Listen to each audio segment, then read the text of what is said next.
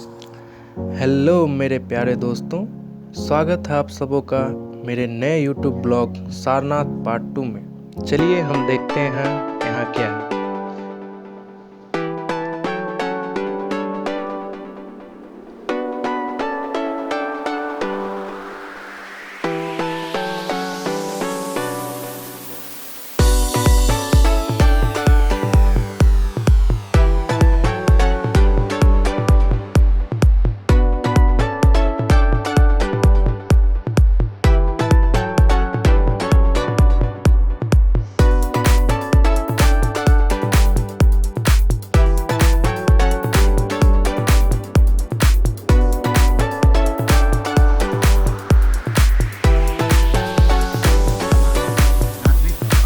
इसी स्थान पर महात्मा गौतम बुद्ध ने अपने 5 शिष्यों को पहला उपदेश दिया था और यहीं से बौद्ध धर्म की शुरुआत हुई। महात्मा गौतम बुद्ध ने अपने 5 शिष्यों को पहला उपदेश दिया था और यहीं से बौद्ध धर्म की शुरुआत हुई।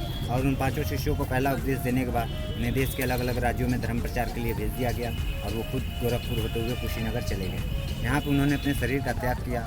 वहीं की अस्थियाँ लाकर यहाँ के स्तूप के अंदर रखी गई है, जहाँ पर Thailand, Burma, Sri Lanka, Japan, Nepal, Cambodia इन सभी देशों के लोग आते हैं, उसका परिक्रमा राउंडिंग करते हैं। वैसे महात्मा गौतम बुद्ध के 4 प्लेस हैं। फर्स्ट प्लेस है लुम्बिनी, नेपाल। 563 ईसा पूर्व लुम्बिनी, नेपाल में महात्मा गौतम बुद्ध का जन्म हुआ था। सेकंड प्लेस है बोध गया, बिहार। यहाँ पर उन्होंने 35 वर्ष की आयु में ज्ञान की प्राप्ति की थी। थर्ड प्लेस है सारनाथ। चौथा है कुशीनगर। ऐसे ही पीपल के वृक्ष के नीचे बैठ के महात्मा गौतम बुद्ध ने ज्ञान की प्राप्ति की थी। ओरिजिनल बोधि ट्री आपको बोध गया, बिहार में मिलेगा। ये उसी का जड़ों का शाखा लाकर यहाँ लगाया गया है। और ये जो मंदिर आप देख रहे हैं, इस मंदिर का निर्माण 1964 में थाईलैंड गवर्नमेंट द्वारा कराया गया है। इसके अंदर जो आप स्टैचू देखिएगा वो सिंगल स्टोन का बना हुआ है। इसके अंदर आपको किसी प्रकार की जॉइंट या जोड़ देखने को नहीं मिलेगा। एक ही पत्थर को काट कर बनाया गया है। क्या है लुम्बिनी, नेपाल का बचपन का सिद्धार्थ। महात्मा गौतम बुद्ध का बचपन का नाम सिद्धार्थ। सेकंड प्लेस है बोध गया, बिहार का जो ज्ञान की मुद्रा में बैठे हुए हैं। थर्ड प्लेस है सारनाथ का जो अपने 5 शिष्यों को उपदेश दे रहे हैं। और चौथा जो लेटे हुए हैं वो है कुशीनगर का। और उनके 5 शिष्यों का नाम था कौड़िंग, भात्या, अस्सी, महानामा और दत्ता। ये उनके 5 शिष्य थे। अब ये जो स्टैचू आप देख रहे हैं ये अलग अलग मुद्राओं में बैठे हुए हैं।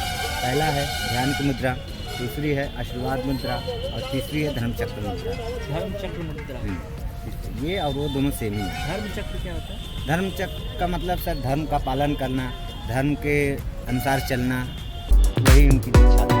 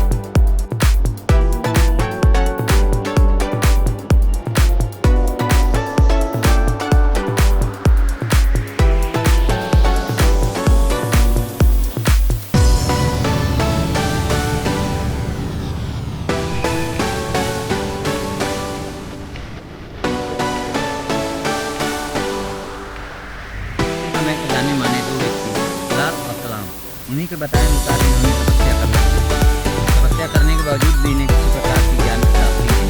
तभी इन्होंने और कठिन तपस्या करने का संकल्प लिया। उसके बावजूद भी इन्हें किसी प्रकार की ज्ञान की प्राप्ति नहीं। वहीं कृष्ण की वायदा करने पूजा करते हुए कराई। उनके हाथों में उन्होंने एक खेत खाया। खेत को खाने के बाद उसी रात को इन्हें ज्ञान की प्राप्ति। उनका मानना था कठिन तपस्या करने से शरीर हो ही इन्होंने मध्यम मार्ग पर चुना।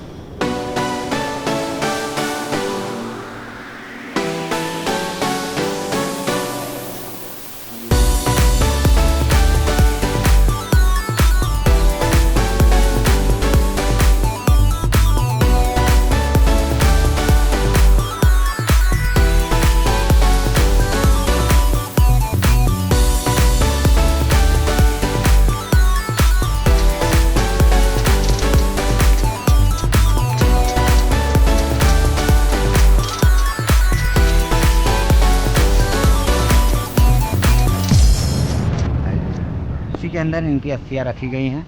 ये उसी का मॉडल यहाँ बनाया गया है। और आप लोगों ने रास्ते में आते वक्त एक और ईंटों का बना देखा होगा, उसे चौखंडी स्तूप कहा जाता है। और 74 फुट ऊंचे टीले पर बना हुआ है, घेरा 90 फुट का है। उसे राजा टोडरमल के पुत्र राजा गोवर्धन ने 1588 में जहाँ पे सम्राट हुमायूं ने रात बिताई थी, उन्हीं की याद में उस स्तूप का निर्माण कराया गया है। और उसे बौद्ध स्तूप इसलिए कहा जाता है, जब भगवान बुद्ध बौद्ध गया से ज्ञान प्राप्ति के बाद यहाँ आए थे तो उन्होंने अपने 5 शिष्यों को वहीं पर पाया था, इसलिए उसे बौद्ध स्तूप भी कहा जाता है। जब हम लोग यहाँ बुनाई का काम करते हैं तो इस मंदिर का भी मॉडल हम लोग साड़ियों में उतारते हैं, उस पर लिखा जाता है सारनाथ। और जो स्टैचू के पीछे बना हुआ है वो कोई मंदिर नहीं है, वो एक स्तंभ है। जैसे हमारे भारत का अशोक स्तंभ है 4 शेरों वाला, वैसे वो लुम्बिनी का एक स्तंभ है। इसी प्रकार के बने मंदिर देखने को मिलेंगे। और ये जो स्टैचू आप लोगों ने देखा, ये कमल के ऊपर खड़े हुए हैं। जब इनका जन्म हुआ था तो श्रावस्ती बोलकर एक जंगल था, उसी जंगल में उनकी माता ने बरगद वृक्ष के नीचे खड़े खड़े इनको जन्म दिया। ये गर्भ से बाहर आए, गर्भ से बाहर आते ही ये साथ जहाँ जहाँ इनके कदमों के निशान थे, वहाँ वहाँ ये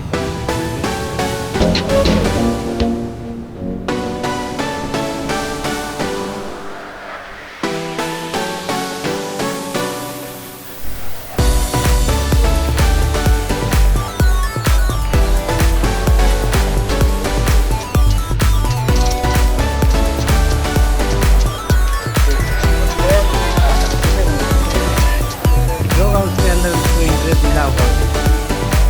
ये सर अशोक स्तंभ और हमारी गारंटी करते हैं।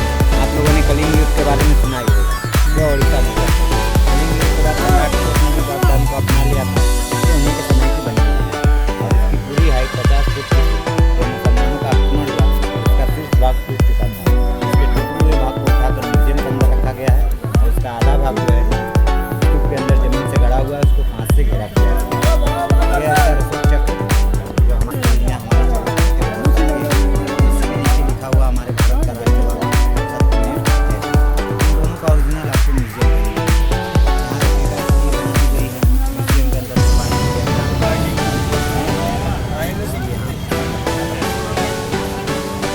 होता है। एक होता है बॉल, जिसे इलेक्ट्रिक द्वारा चलाते हैं। ये हैंडलूम का होता है, इसे हम लोग हाथों से ही चलाते हैं और हाथों से ही होता है। एक साड़ी तैयार करने में 10 से 12 दिन